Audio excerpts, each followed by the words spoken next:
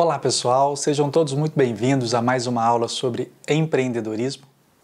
E na aula de hoje iremos falar um pouco sobre a importância das micro e pequenas empresas, bem como a classificação que as empresas podem ter, assim como as atividades econômicas nas quais elas podem se cadastrar. Na aula de hoje nós veremos quais são as classificações que as empresas podem possuir, que no total são 5. Veremos também os setores de atividades econômicas existentes no Brasil, bem como os setores socioeconômicos. Cada um desses dois tipos possuem 3 classificações.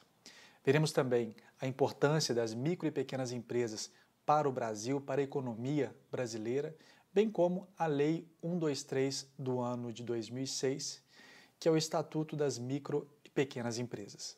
Sobre os tipos de empresas, nós podemos classificá-las basicamente como 5 possibilidades. A primeira seria enquanto empresário individual, a segunda alternativa como microempreendedor individual, ainda podemos classificá-la como empresa individual de responsabilidade limitada, ou EIRELI, e ainda sociedade empresária e sociedade simples. Então, quando uma pessoa deseja registrar a sua empresa, possuir o cartão de CNPJ, ele pode fazer isso considerando essas 5 possibilidades e essas 5 modalidades. Nas 3 primeiras modalidades, empresário individual, MEI e EIRELI, eu tenho apenas uma pessoa sendo responsável, sendo proprietário da instituição, da empresa. Nas outras 2 possibilidades, nas outras 2 últimas possibilidades, sociedade empresária e sociedade simples, eu tenho no mínimo 2 pessoas fazendo parte da propriedade empresarial. Pela ilustração, vocês conseguem identificar na parte superior os 5 tipos de empresas existentes ou possíveis no Brasil, como o MEI, o empresário individual, EIRELI, a sociedade limitada e a sociedade anônima. Os tipos de tributação de cada uma delas pode variar entre simples nacional, entre lucro presumido e lucro real. Então, a situação tributária de cada uma delas, a forma de se tributar, vai depender da estrutura de cada uma delas e principalmente da receita bruta de cada uma delas. Nessa figura estão ilustradas as receitas brutas anuais que cada empresa dentro do seu setor pode ter. No caso do MEI, que é o microempreendedor individual, a receita bruta máxima dele será de R$ 81 mil. No caso de um microempreendedor, a receita bruta será de até R$ 360 mil. No caso de uma empresa de pequeno porte, o faturamento anual será de até R$ 4.800.000 e uma empresa de médio porte ou grande porte terá uma receita bruta acima de R$ 4.800.000. É interessante observar também em cada modalidade há de se considerar primeiramente a questão do faturamento anual, mas também do enquadramento. Existem algumas atividades que permitem você se enquadrar, por exemplo, como MEI, e outras atividades, como no caso de consultoria, mesmo que você tenha esse faturamento de até R$ 81 mil, a legislação não permite você se enquadrar como MEI. Vamos falar agora sobre os setores de atividades econômicas existentes praticadas no Brasil. As atividades econômicas, elas são diferenciadas basicamente em 3 modalidades, sendo o setor primário, o setor secundário e o setor terciário. No setor primário, nós temos a questão da agricultura, da pecuária, do extrativismo, da pesca, da mineração. Enquanto no setor secundário, eu tenho o setor que é da indústria, basicamente o setor de transformação de matéria-prima. Enquanto no setor terciário, nós temos os comércios e as prestações de serviço. Então é interessante a empresa saber em qual desses setores, qual dessas modalidades de atividade econômica ela irá se enquadrar. Neste gráfico, podemos identificar como é que as atividades econômicas no Brasil estão segmentadas e qual é a sua representatividade no Produto Interno Bruto. O item com maior destaque é a questão de prestação de serviços, representando 60,8% do produto interno bruto, isso no ano de 2016, seguido pelo comércio, representando 12,5%. Então, se nós pegarmos esse terceiro setor de atividade econômica, ele representa mais de 70% de toda a riqueza produzida no país. O setor da indústria, ele representa 15,6% da atividade econômica. E ele é composto basicamente da indústria de transformação, que representa 11,7%, da extração mineral, que é 1%, e também da SIUP, que são serviços industriais de utilidade pública, que representa 2,9%. Esses serviços de utilidade pública eles são compostos basicamente pelo fornecimento de eletricidade, fornecimento de água. A construção civil ela também entra em destaque no Produto Interno Bruto, uma vez que ela representa 5,6% da economia nacional e a agropecuária representa 5,5% também, com grande destaque, principalmente aí no setor agropecuário, para a exportação, que ajuda a tornar a balança comercial positiva.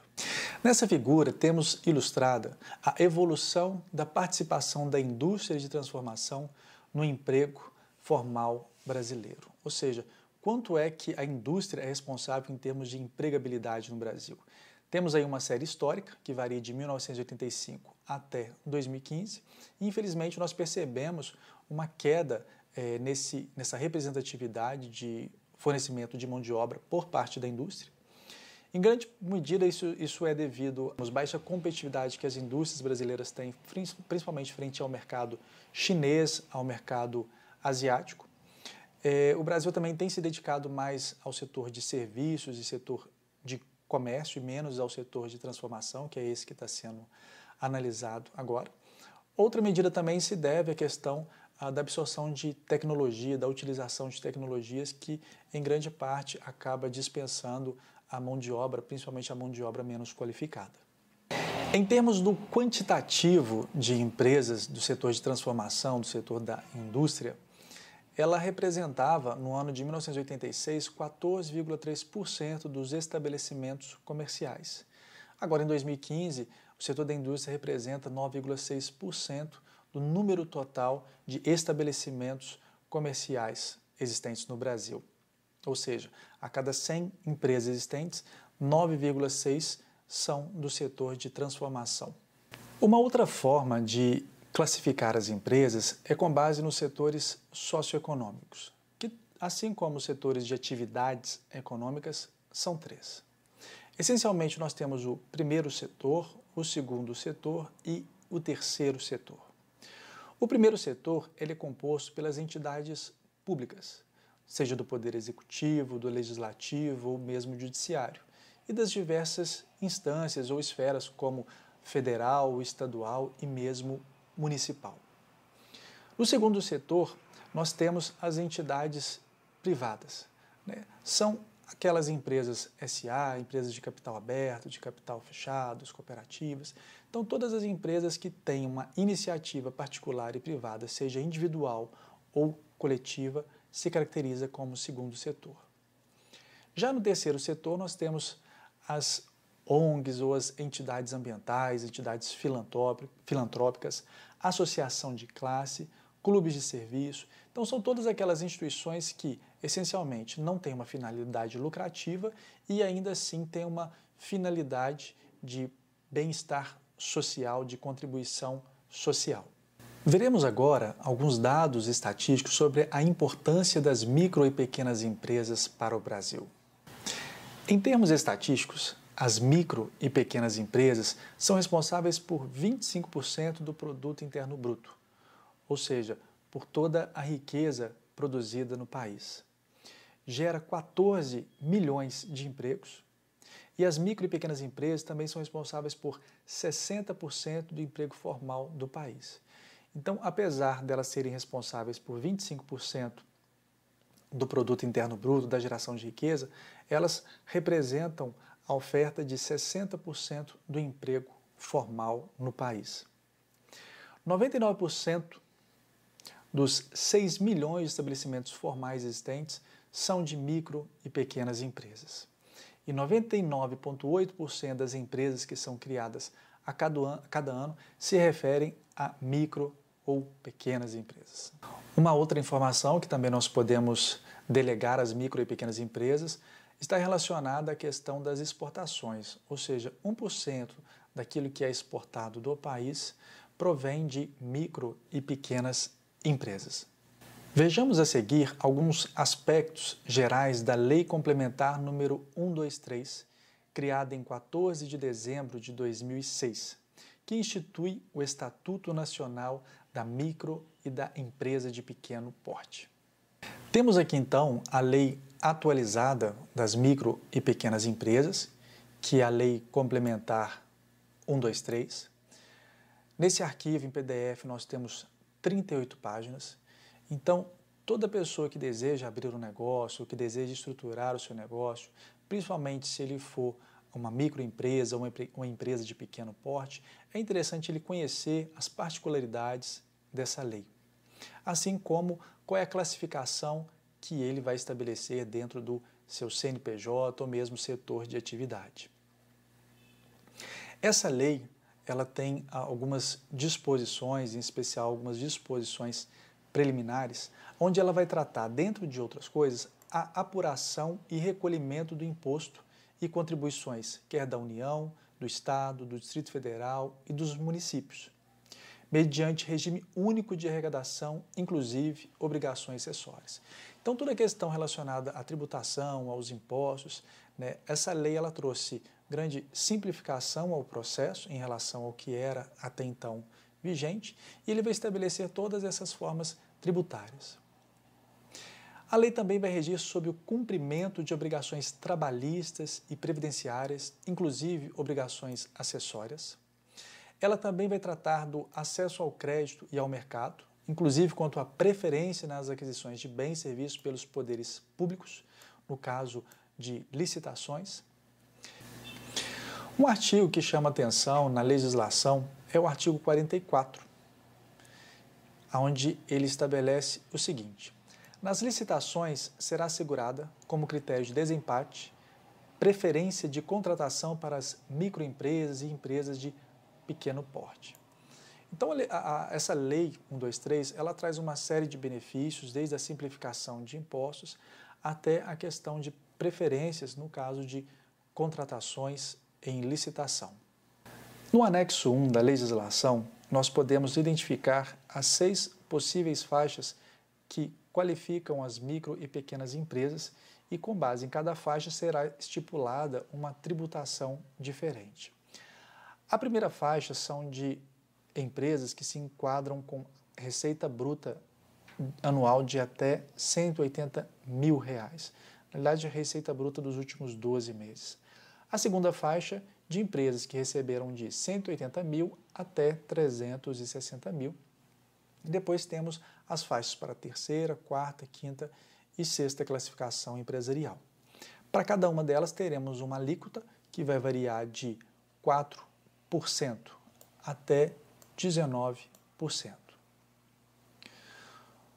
Por outro lado, nós temos o percentual de repartição dos tributos, que será diferente para cada uma das faixas. Em geral, quanto menor a receita bruta da empresa, menor tende a ser o pagamento dos tributos e o valor da alíquota. Então, nós temos uma série de impostos que precisam ser pagas tanto pelas microempresas quanto pelas empresas de pequeno porte, onde nós temos aqui o imposto de renda para a pessoa jurídica, temos também a contribuição social sobre o lucro líquido, COFINS, PIS/PASEP e também a contribuição previdenciária e o ICMS. Então é interessante, os alunos, os interessados, fazerem uma leitura mais criteriosa nessa legislação. Não é objetivo desse vídeo se prolongar sobre isso, até porque são 38 páginas de legislação, mas é interessante o empresário ou o estudante de administração saber todos os seus artigos, os incisos, fazer uma leitura criteriosa dessa legislação, porque é através dela que ele irá garantir os seus direitos e é sobre ela que ele deverá cumprir os seus deveres.